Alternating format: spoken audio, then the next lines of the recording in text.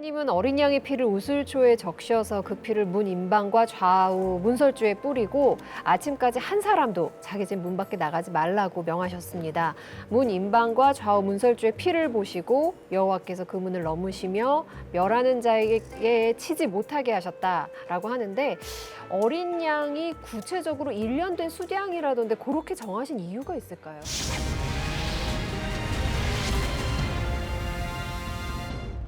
1년 된 수량의 스테이크가 제일 맛있어요. 에이, 목사님. 하나님이 입맛이 굉장히 까다로우세요. 하나님이 맛있는 것만 드세요. 그런데 하나님 입장에서 맛있는 건 몇 가지 조건이 있어요. 온전하고 흠 없는 거, 이런 것들을 참 맛있어 하세요. 성경에 보면 아무거나 드시는 않습니다. 그것도 우리가 주의해야 될 일이죠. 사실은 이 수량, 뭐 암양, 뭐 염소, 송아지 뭐 이런 이야기들이 나오는데, 어떤 것들을 하나님께서 가치 있게 생각하냐, 뭐가 최고 좋은 거냐라고 그렇게 하면 성경이 정확하진 않아요. 그런 논문을 찾아봐도 예를 들면 제물의 순서가 이게 급이 그렇게 확실히 나가지는 않았어요. 물론 가난한 자들 위한 것도 있지만, 예를 들면 속죄제를 드릴 때 대제사장은 수송아지를 드려야 되고 백성은 꼭 암양을 드렸어야 돼요. 뭐 이렇게 됐어요. 그런데 분명한 것은 하나님께서 이 제물을 온전하고 흠없는 제물로 받으셨고 그걸 기뻐하셨다라는 것이고, 이것이 예수님의 구원 사건과 연관된다라는 것이죠. 그렇다면 6월절에 준비하는 음식 같은 경우도요, 아까 라삐가 얘기하기는 했지만 딱 정해져 있잖아요. 이거는 준비하라고. 근데 없는 살림에 그냥 내가 있는 거 성의를 보이면 되지 꼭 그것들을 지켜야 되나? 이랬을 수 있을 것 같은 거예요. 그냥 그들이 먹는 간단한 음식이에요. 예. 그래서 그거 몇 가지 보면 아까 라삐가 하는 말 들어보셨는지 모르겠어요. 세데르란 말을 해요. 그 6월절 음식에 이게 이제 순서 그런 말이거든요. 그래서 요 행사를 가져요, 가족들이. 그래서 이제 아까 말한 그 하메츠 태우기, 누룩 다 없애고, 하도 이게 아까우니까 팔기도 했습니다, 사실은. 근데 이제 어쨌든 없애요. 그 다음에 이 6월절 용기를 꺼내요. 그 다음에 세데르를 하는데요. 앉아서 하가다라는 책을 읽습니다. 그 안에는 6월절 그 세데르 의식 중에서 6월절의 의미와 기도문이 들어있어요. 그래서 이제 아버지가 그걸 가지고 하가다 스토리를 읽고, 신명기나 출애굽기에 후일에 이걸 아이들이 이런 거 뭐예요? 그러니까 거기에 중점이 있는 거예요. 이런 거를 묻거든 가르치라 그랬어요. 그러니까 거기에 음식을 내 맘대로 성의껏 준비하는 게 아니라 상징성은 담아야 돼요. 그래서 아빠가 질문을 해요. 왜 우리는 이 밤에 맛자를 먹지? 그럼 다 대답해야 돼요. 왜 우리는 이 밤에 쓴 나물을 먹지? 왜 우리는 이 밤에 파슬리를 소금에 2번 찍어 먹지? 그게 의식의 의미에서 영적인 그러니까 성경 공부 시간이에요. 아이들에게. 그다음에 역사, 유대인의 정체성, 여호와 하나님이 해주신 일, 이런 것들을 다 공부하는, 그러니까 신앙의 전수 시간이에요. 그러니까 너무 중요한 시간이죠. 또 왜 우리는 6월절 음식을 비스듬히 그 사람들은 기대 먹어요. 자유를 상징하기 위해서. 그렇게 해갖고 모든 게 다 상징성이 있습니다. 근데 이제 하나만 더하면 우리는 6월절과 관계 없습니다. 우리는 성만찬을 하기 때문에 떡과 포도주 준비할 필요 없어요. 심플, 그죠? 떡과 포도주 이렇게 바뀌었어요. 그리고 그게 살과 피. 그러니까 우리도 음식이 달라진 거지 상징성은 지키죠. 그거 굉장히 중요한 거죠. 예수님께서도 십자가에 돌아가시기 전에 그 6월절 최후 만찬을 즐기는 걸로 알고 있어요. 네, 그거 생각하면 어쩌다 보니 그날이었네 약간 생각 드는데, 뭔가 우연이 아닌 것 같은데 특별한 의미가 있어요, 혹시? 근데 중요한 것이 있습니다. 우리가 전에도 이런 이야기를 했는데, 모세 이야기를 할 때 모세의 바구니가 노아의 방주에 연결된 것도 있잖아요. 그런데 예수님의 사역도 그냥 생뚱맞은 건 없어요. 구약에 있는 이야기들이 이제 나옵니다. 예를 들면 이런 거예요. 어느 날 예수님의 그 이야기 가운데 산상순이 있잖아요. 산에 올라가서 하신 이야기. 다 똑같은 이야기인데 산상순이라고 구분해요. 왜 구분할까요? 마태복음에서 기록하고 싶은 것 중에 하나가 유대인들은 모세가 굉장히 중요한데 모세가 올라가서 산에 올라가서 하나님의 언약을 받아요. 네. 그러면서 예수님의 일생을 시작하면서도 산에 올라가서 새로운 말씀을 선포합니다. 그래서 산상수훈을 다른 말로 이야기할 때 새로운 언약이라고 이야기해요. 자, 6월절에 그 이야기가 있습니다. 6월절에 이야기가 있는데 예수님께서 이걸 어떻게 평가하시는가가 중요한 거죠. 이것이 그냥 이 6월절 내가 지냈다라는 것이 아니라 누가복음 22장 20절에 보면 이렇게 말합니다. 저녁 먹은 후에 잔도 그와 같이 이르시되 이 잔은 내 피로 세우는 새 언약이니 곧 너희를 위하여 붓는 것이라 라고 말합니다. 6월절이었던 이유가 예수님에게서는 이 일이 새로운 시작이셨어요. 그래서 아마 다른 날이 아니라 6월절에 하셨던 것이 그런 의미가 있었던 것 같습니다. 저도 궁금한 게 있는데 이게 종자님께서 아까 이 6월절에 메시아를 기다리는 날이라고 하셨는데 예수님께서도 6월절을 지키실 필요가 있나 생각했어요. 왜냐면 어차피 메시아인데 메시아가 왜 메시아를 기다리는 거죠? 예수님의 구원 사역은 예수님의 사역이 아니라 하나님의 사역에 동참하신 거예요. 그러면서 출애굽 사건 가운데 6월 그 어린 양의 피로 그 죽음을 넘어갔던 것처럼 당신이 어린 양이 되시는 거죠. 또 하나는 그 예수님이 유대인이기 때문에 어디까지나 유대인의 명절을 지켜야 될 의무는 있어요. 그걸 어기면 이제 문제가 심각해지죠. 그러니까 하나님이신 예수님이 사람의 어떤 그 율법이나 이런 것들을 지켜주시면서 일을 행하시는 거네요. 율법을 완성하기 예, 위해서 오신 그렇죠. 분이지 율법을 파괴하거나 예. 안 지키기 위해서 오신 건 아니죠. 예. 그러면 그 예수님의 그 12명 제자는 굳이 지킬 필요가 있었어요 그때. 그렇죠. 유대인들이니까 근데 같이. 그 예수님 돌아가신 다음부터는 그럴 필요가 없어진 거예요? 그러니까 그건 유대인하고 같이 있으면 유대인 기독교인으로서 지킬 수도 있겠죠. 근데 이제 이방인을 대할 때는 굳이 지킬 필요는 없죠.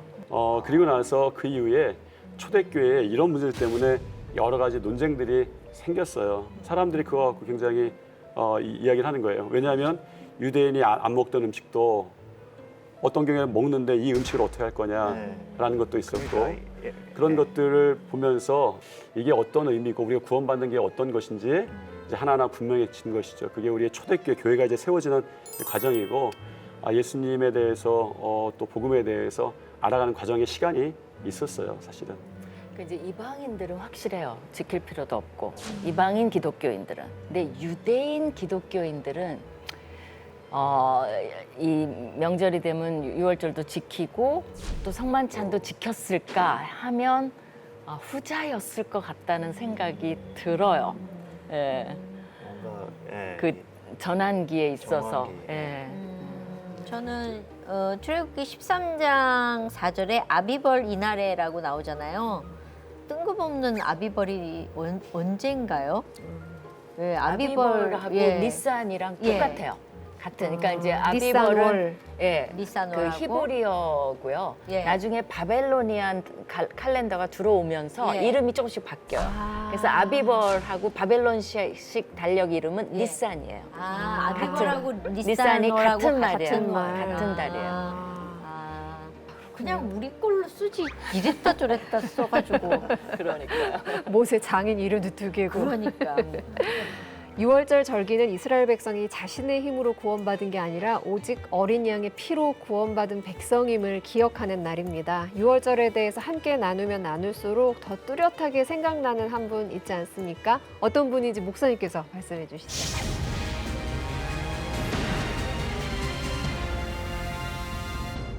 네, 예수님이시죠. 이 얘기들을 아까 듣기 때문에 저는 성경 구절 두 구절만 소개해 드릴게요. 네. 요한복음 1장 29절 말씀입니다. 요한이 예수께서 자기에게 나오심을 보고 가로되 보라 세상 죄를 지고 가는 하나님의 어린 양이로다. 고린도전서 5장 7절에 사도 바울이 또 이렇게 이야기하죠. 우리의 유월절 양 곧 그리스도께서 희생이 되셨느니라 라는 것입니다. 분명한 것은 구약에서 양의 역할은 죄의 전가였어요. 사실은 죄가 없는데 나의 죄를 전가하는 거죠. 그래서 인정을 받는 건데 하나님께서 우리가 죄가 있음에도 불구하고 예수님을 통하여서 너희 죄가 없는 것을 해주겠다라고 하셨던 의미가 이 유월절언약 예수 그리스도의 십자가 사건입니다. 근데 성경을 12장을 보면은요. 문 열고 들어왔다가 나갔다가 다시 들어왔다가 나갔다가 한 것 같은 유월절 사건을 처음에 얘기하셨다가 중간에 또 다른 열재앙 얘기 또 하셨다가 다시 유월절 얘기를 하시면서 문 열고 들어왔다가 나갔다가 다시 들어왔다가 나갔다가 이런 느낌이거든요.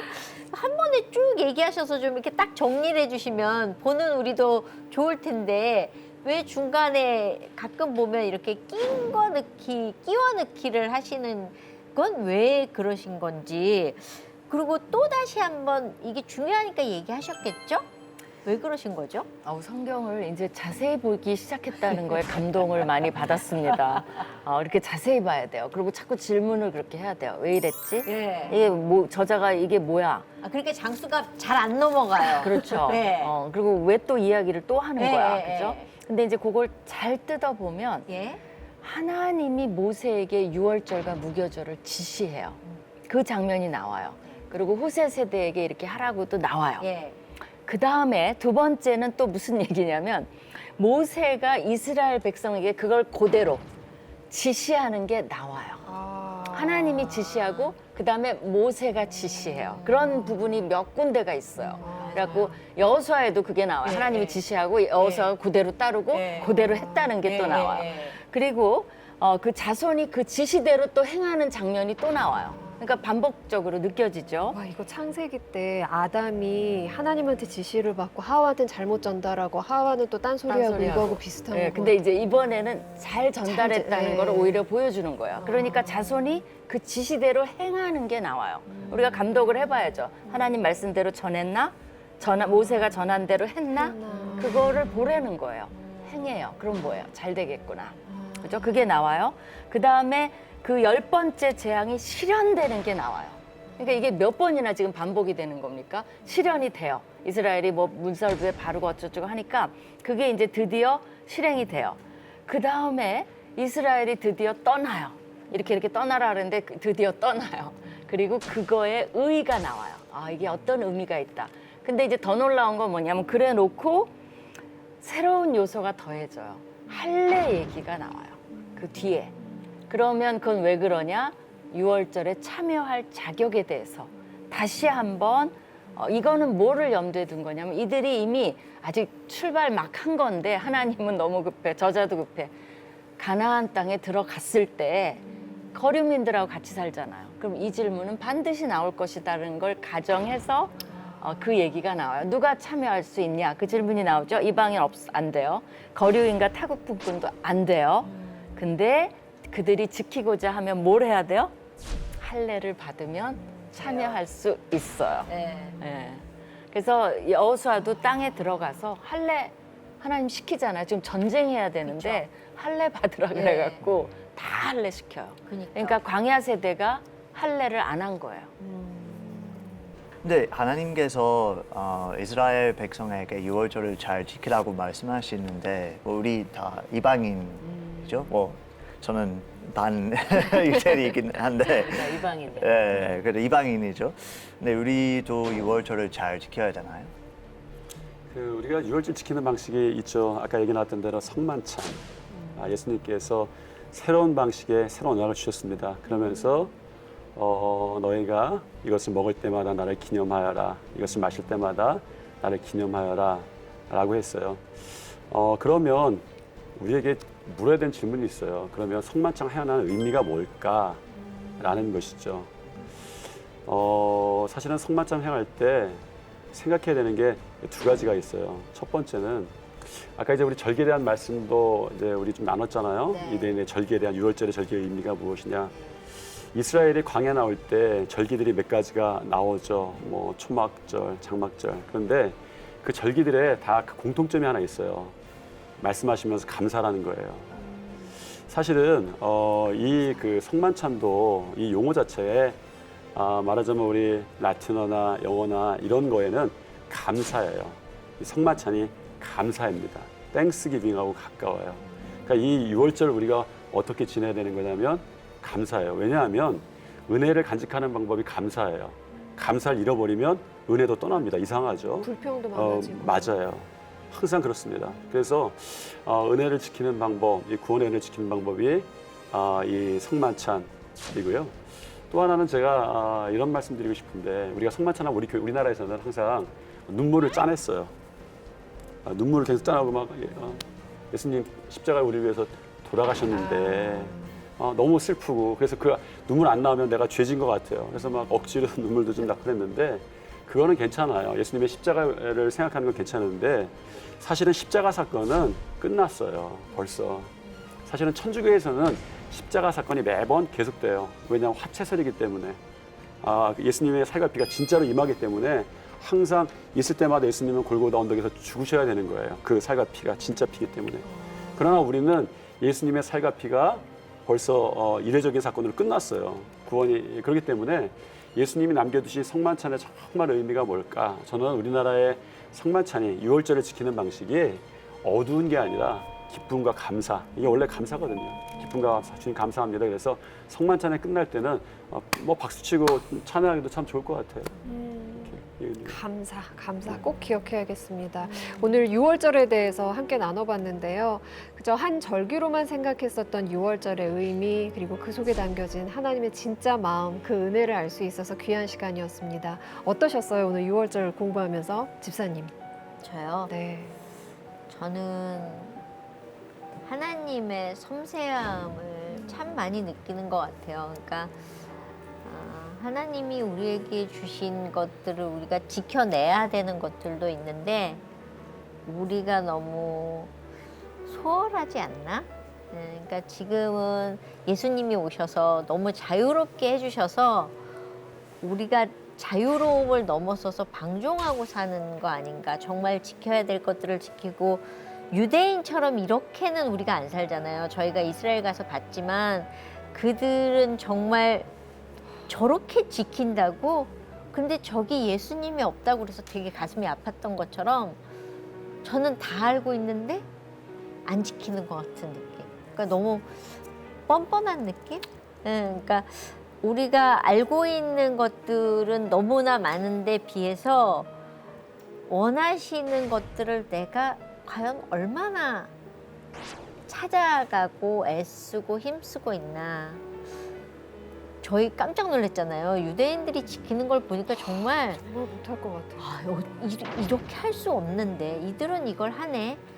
근데 나는 이 자유로움 속에서 자유로움만 느끼고 있지 정말 내가 지켜야 될 것들에 대해서는 너무 그냥 널널이 사는 거 아닌가? 오늘은 그 생각을 하게 되는 6월절의 시간이었던 것 뭘 같아요. 보신 거예요? 뭘 지키는 거를? 저 안식일을 지키는 라삐 집에 초대를 네. 받았어요. 네. 근데 라삐는 이제 저녁이 안식일이 시작이 되면 주변에 다니는 나그네들을 집으로 다 초대를 해가지고 같이 밥을 나누고 네. 이러더라고요. 그 아브라함이 왜 사람을 초대해서 식사 대접한 게 천사라고 생각하잖아요. 그래서 자기는 천사를 불러들이는 대접한다고. 거라고 뭐 네. 이렇게 얘기를 하더라고요. 그러면서 손 씻는 법까지 있어요. 물을 3번을 뭐 따르고 뭐 이것까지 있어요. As 그리고 we clean 천사한테도 it, we say the 기도하고. blessing. Baruch 그리고 atah. 6시 되니까 핸드폰을 안 쓰는데 미치겠더라고요.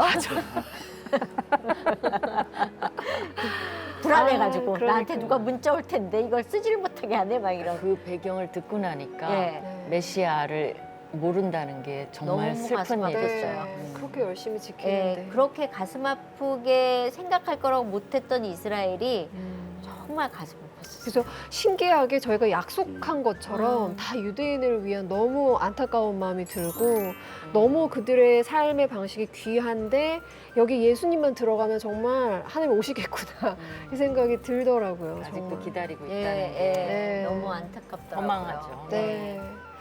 총장님은 네, 어떠셨어요? 저는 이상하게 그 유대인 얘기를 하면서 그 지붕 위의 바이올린 그 영화도 갑자기 생각이 나고요. 연상작용이 돼서 그 다음에 유대인들이 이쪽에 고통을 겪었다 그러니까 그 고통이라는 단어랑 연결이 돼서 갑자기 그 피들러 온 더 루프 그 음악도 생각나고 또 하나는 그 할라코스트 그러니까 유대인들이 겪어야 됐던 고통 그런 것들이 연결이 돼서 언젠가는 아까 그 랍비 얘기도 했지만 그런 사람들이 또 메시아를 아직도 기다리고 있다는 거, 그러니까 오실 그들을 위해서 오실 메시아를 기다리고 있다는 거 너무 안타까운 생각이 많이 들었어요. 그래서 빨리 깨어나서 그야말로 예, 메시아를 받아들이는 다시 거듭나는 진정 그런 국가의 구원이 아니라 개인의 영혼 구원이 일어나는 역사가 일어났으면 좋겠다라는 생각이 갑자기 들었습니다. 네.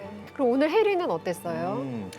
저는 오늘 그 하나님께서 너무 구체적으로 유월절을 어떻게 지켜야 되는지 말씀하신 거 듣고 약간 하나님 진짜 까다롭네 약간 생각을 했는데 또 그 설명을 들어보니까 뭐 당연히 그 지켜야 되는 부분마다 이유도 있는데 또 더 큰 약간 넓게 보면 뭔가 이거 저거 너무 이거 다양한 것에 집중시키는 거 이날의 중요성을 느낄 수 있게 하시는 것 같아요. 맞아요. 네. 여러분 아쉽지만요. 전창희 목사님과 함께하는 시간이 오늘이 마지막이었습니다. 목사님 저희 너무 좋아하는데 목사님 어떠셨어요? 저한테도 유월절이라는 주제가 굉장히 저를 좀 다짐하게 했던 것 같아요. 왜냐하면 유월절이 속아주는 사건이다. 하나님이 속아주신 것이죠. 그러면서 이스라엘 백성들이 앞으로 하나님의 백성으로 세워져 나가는 시간들이 과정들이 있었어요. 우리가 예수 그리스도의 은혜로 구원받았어요. 우리도 하나님의 백성으로 세워질 수 있도록 거룩해질 수 있도록 그런 과정을 좀 가야겠다. 이게 우리가 지금 지켜야 되는 6월절의 진정한 의미가 아닐까 이렇게 생각합니다. 저는 속 시원합니다. 네. 못 가시면 뭐라고요? 사실은 너무 재밌는 시간이었는데, 네. 재밌는 시간이었는데, 저는 좀 가서 성경을 좀 더 보고 기도 좀 더 많이 하겠다 이런 결심 갖고 돌아가고요. 개인 번호 주시면 제가 네. 예, 궁금한 거 여쭤보겠습니다. 네, 지금 오신 목사님한테 번호 따는 거 처음이세요? 네, 슬쩍 넘어가서 제가 이렇게 한번 하겠습니다. 다시 한번 인바이블에서 전창희 목사님 만날 그날 기대하면서 저희는 다음 시간에 인사드리겠습니다. 함께해 주신 여러분 고맙습니다. 고생하셨습니다. 감사합니다.